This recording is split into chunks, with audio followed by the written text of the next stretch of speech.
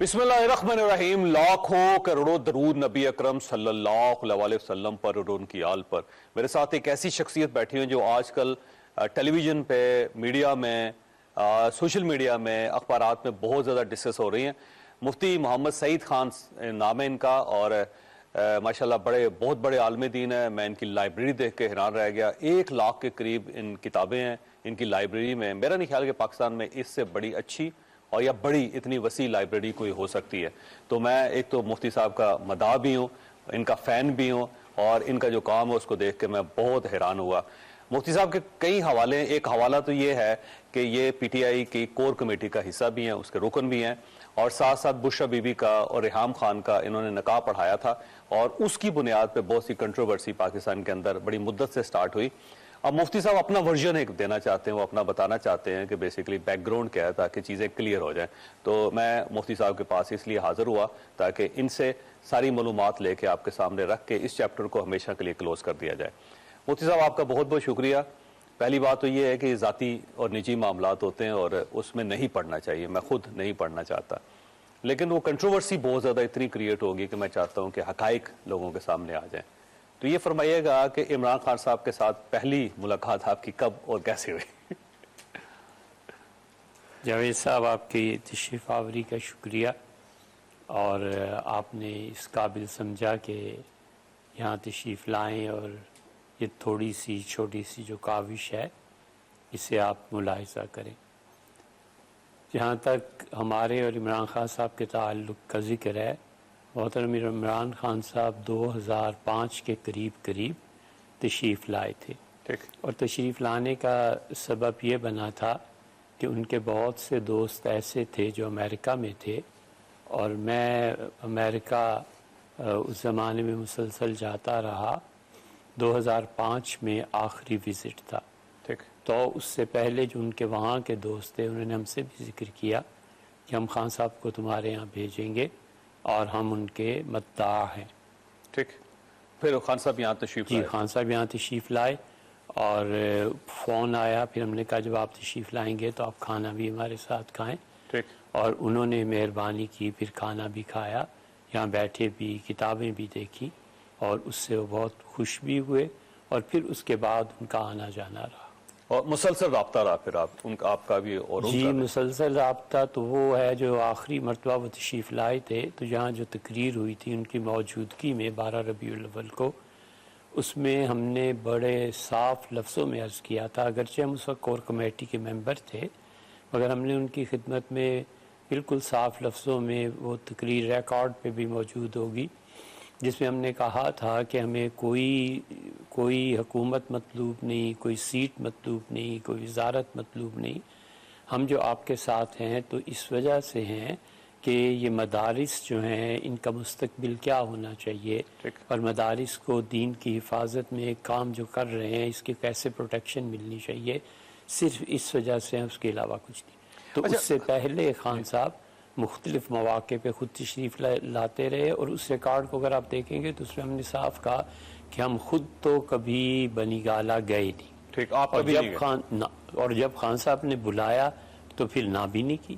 ٹھیک. لیکن بنی گالہ جاتے رہے آپ؟ بنی گالہ خان صاحب کے بلانے پہ جاتے رہے، ویسے کبھی نہیں. اور کمیٹی کا اجلاس ہوا، اس میں دعوت نامہ آیا، کیا ٹیلی فون پہ بتایا تو پھر جاتے رہے، وغیرہ کبھی. اچھا مفتی صاحب، آپ نے عمران خان صاحب کے 2 نکاح پڑھائے. آپ نے ریحام بی بی کے ساتھ بھی آپ نے نکاح پڑھوایا، اور اس کے بعد بشرا بی بی کے ساتھ. یہ دونوں نکاح 2 بار کیوں آئے؟ اس کی سمجھ نہیں آتی. میرے یادداشت میں نہیں جی، اگر ہو تو میں ضرور آپ سے عرض کروں. ریحام کا نکاح جو تھا وہ پہلا نکاح مجھے یاد ہے، میں نے پڑھایا تھا، اور اس کا ذکر انہوں نے خان صاحب سے بھی کیا کہ جنہوں نے میرا نکاح پڑھایا ہے یا عام علماء سے کچھ مختلف معلوم ہوتے ہیں. تو خان صاحب نے خود بھی مجھے یہ بات بتائی. انہوں نے کہا کہ میں نے ایک رجسٹر تیار کیا ہے کہ اگر اللہ تعالیٰ نے مجھے طاقت دی تو کن لوگوں کو ملک و قوم کی فلاح و بہبود میں استعمال کروں گا. اس میں تمہارا نام بھی ہے، اور ریحام نے بھی مجھ سے کہا کہ یہ عام لوگوں سے مختلف معلوم ہوتے ہیں. گویا ایک طرح کی انہوں نے تعریف کی. گویا وہ چاہتے تھے کہ جب ان کی گورنمنٹ آئے تو آپ کو اہم قسم کا عہدہ دیا جائے، کیونکہ وہ رجسٹر میں آپ کا نام تھا. جی غالباً ان کا یہی ارادہ تھا، غالباً جو ہم سمجھ پائے. تو ریحام بی بی کا جو پہلا نکاح ہوا تھا وہ میرا محرم میں ہوا تھا، پانچویں یا 10ویں محرم کو، کچھ لوگ کہتے ہیں 10ویں محرم کو ہو گیا تھا، کچھ کہتے ہیں 5ویں جی محرم کو محرم ہی کی کوئی تاریخ تھی، اور وہ بھی خفیہ نکاح ہوا تھا۔ خفیہ بئی معنی کہ بہت لوگوں، یہ تو مجھے معلوم ہے، میرا تو جو اپنا کام تھا مجھے اسی سے غرض تھی کہ انہوں نے درخواست کی تھی کہ ان سے میرا نکاح پڑھا دیں، ہم چلے گئے۔ تو یہ کہاں پہ نکاح ہوا تھا ان کا؟ پہلا نکاح ان کا بنی گالہ میں ہی ہوا تھا۔ ٹھیک ہے ٹھیک ہے، اور وہ بنی گالہ تشریف لائی تھیں؟ جی وہ وہاں پہ موجود تھیں، اور زلفی بخاری بھی، اور یہ دوسرے نعیم الحق صاحب، نہیں نعیم صاحب کو تو میں نہیں کہتا، زلفی بخاری اور اون چودھری صاحب اور کچھ لوگ اور بھی تھے، کچھ لوگ اور بھی تھے۔ ٹھیک، اور یہ پہلا نکاح ہوا تھا، اور اس کے بعد جب دوبارہ میرا خیال ہے 8 جنوری کو دوبارہ پھر ان کا دوسرا نکاح ہوا، تو وہ نکاح ہوا تھا یا صرف تقریب ہوئی؟ وہ نہیں، وہ میرا خیال ہے صرف تقریب ہی تھی ان کی، اور اس تقریب میں بھی میں گیا تھا۔ آپ گئے تھے؟ جی مجھے یاد تو ایسی ہی پڑتی۔ اچھا، جب یہ دوسرا نکاح ہوا تو آپ سے کس نے رابطہ کیا تھا کہ آپ آئیں اور عمران خان صاحب نکاح کرنا چاہتے ہیں؟ ریحام کے بارے میں؟ نہیں، بشرا بی بی سے۔